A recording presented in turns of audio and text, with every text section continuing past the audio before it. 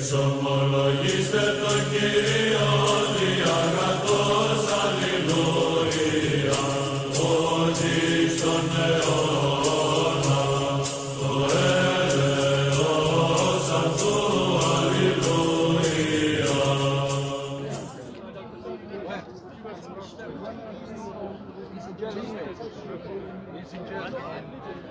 He's picking up the soap, is it? Is he picking up the soap? The minute he gets out. So why did he do the... Oh!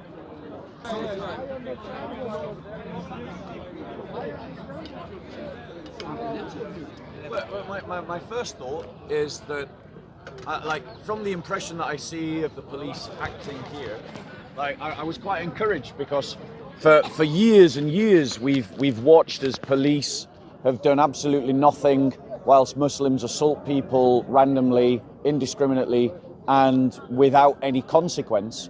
And so when I came here and I saw the action and I heard what had happened, I was quite encouraged, but now I'm discouraged because if it wasn't for your pressure and telling the police how to do their job, nothing would have happened again. And this really needs to be challenged within the Royal Parks Police, this apathetic attitude to crime connected to Speaker's Corner. Now, I agree you can't police every single crime, but surely you should be policing violent crime. And spitting on someone is an assault, and it needs to be dealt with. So, firstly, I want to applaud you for putting the police under pressure, and I want to thank the police for finally acquiescing to that pressure and acting on it and actually doing something about it, because unless the police do their job here, we're just going to see continued acts of violence at Speaker's Corner, and the police have a responsibility to make all the communities that use Speaker's Corner safe.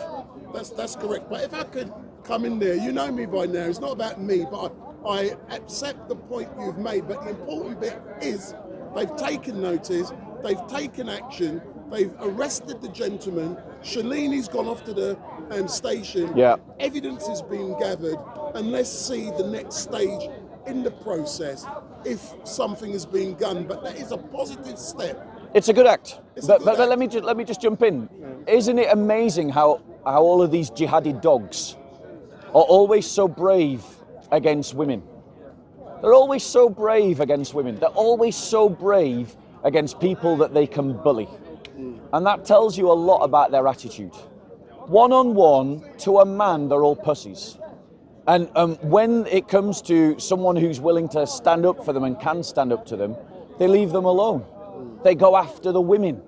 And what is that saying about the Muslims and about what Islam teaches them, that they behave in that way? They're always brave against women. And the other Muslims don't stop them when women are being attacked and insulted. Now, to be fair, Shalini is a bit of a shock jockey, and she is a bit of a, her approach I don't think is particularly well suited to the corner. I agree with you, and I've discussed that with her. But you are allowed to be a troll at Speaker's Corner. And there are Muslims who troll people at Speaker's Corner, so why can't some Christians troll people at Speaker's Corner? So I'm glad they've been arrested. I hope the police continue to arrest Islamist dogs when they try to bully people and intimidate people, and I just want to say that the men that spat on Shalini, like, you jihadi dogs, you're just a bunch of cowards. And what also makes me laugh is that when I reminded or mentioned to the police out of courtesy that this is live and direct on Tommy Robinson's Twitter page, and 67,000 people were watching, it makes a big difference. But it shouldn't. That's the problem.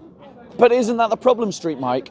The police only want to enforce the law when they feel the pressure to enforce the law. So what's that saying about the caliber of the police officers?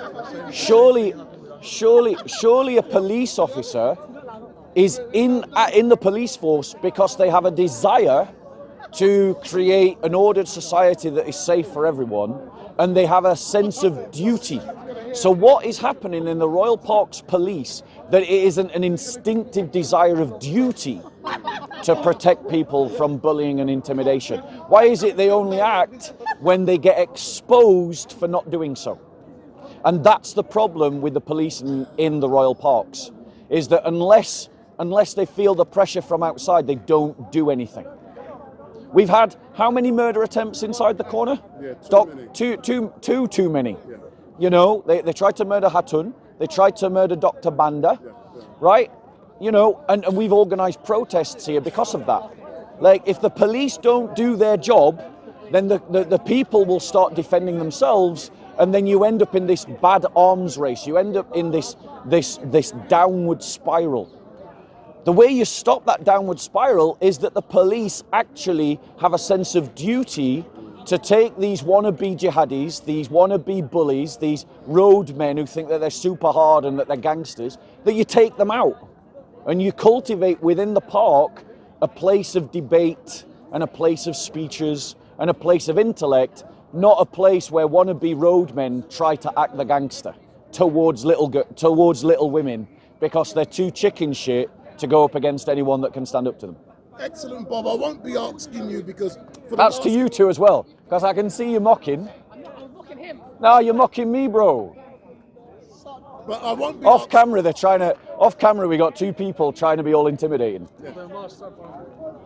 So, Bob, thank you very much. I won't be... Notice how they walk away. I won't be asking you about yesterday unless you want me to, because for the last few weeks... You can ask if you want.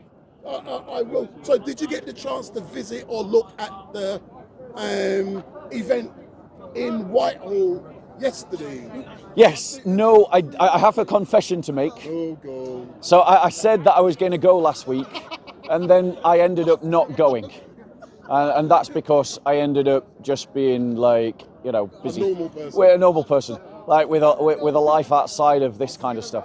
But, you know, it's absolutely right that people use the fullness of their democratic rights inside of a democracy. Yeah. And you know, the people are entitled to challenge the abuse of our political institutions that we're seeing when activist judges are using the law to suppress narrative. There's something wrong inside the British courts, which is that the British courts are more concerned with procedure and left-wing politics than they are in capturing truth and pursuing justice. You know, and what that is creating is it's creating this sense of that the British courts are falling into the contempt of the British people. And and that's a dangerous place for a democracy to move towards. And so it is important not just that the courts uphold justice and act justly, but that they are seen to do so. And what we're seeing is that different people receive different sentences depending on who they are.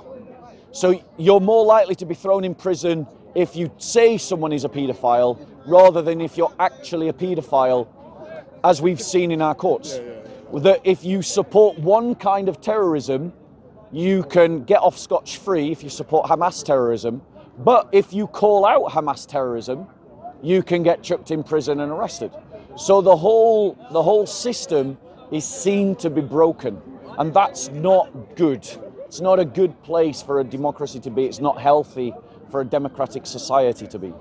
Excellent stuff, sir. As normal, thank you very much. I'm going to go back and catch up with other debates. But are you on your way out now, or are you? No, I'm going to do some debates if I can find someone who wants to debate. Oh, all right then, man. But listen, thank you very much. Yeah.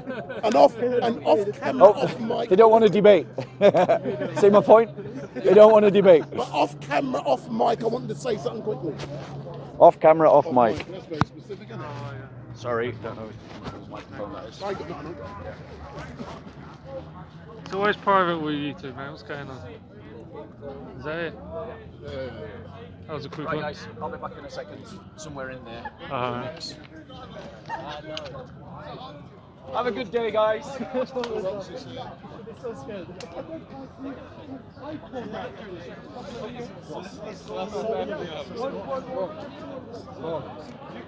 Would you like to talk? Would you guys like to talk? He's following him. Yes.